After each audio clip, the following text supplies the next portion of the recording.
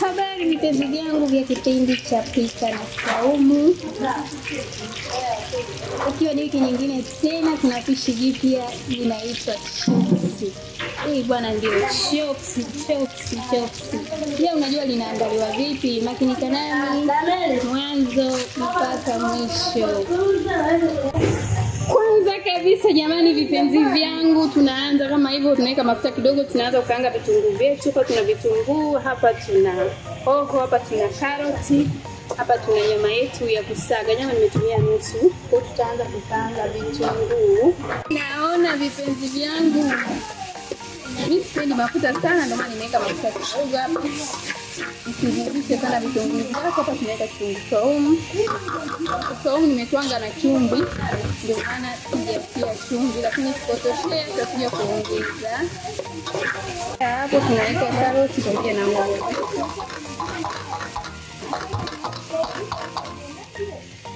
Unaona?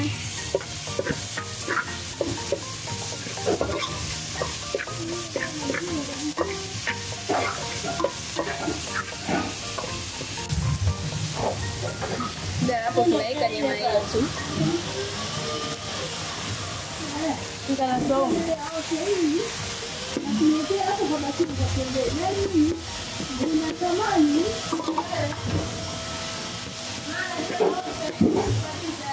Tutaweka hii beef masala nusu kijiko cha chai kidogo na moja.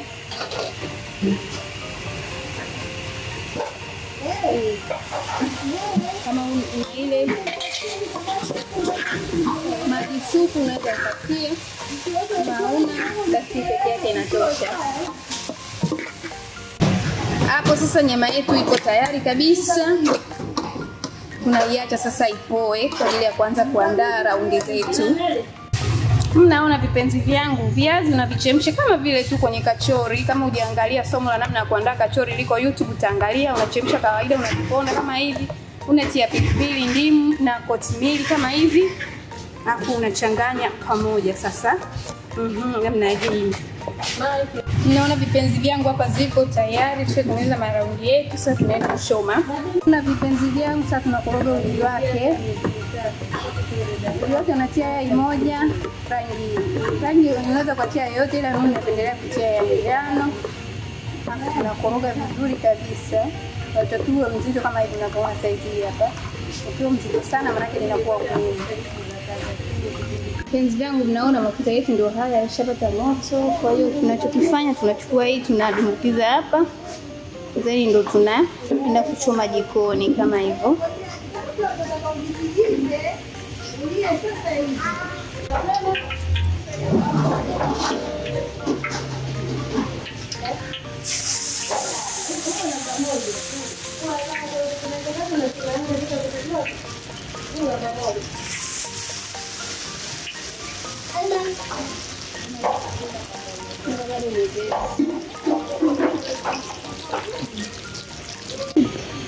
Hizi ndio chops jamani, ndio zinapokuwa ndani kama hivyo.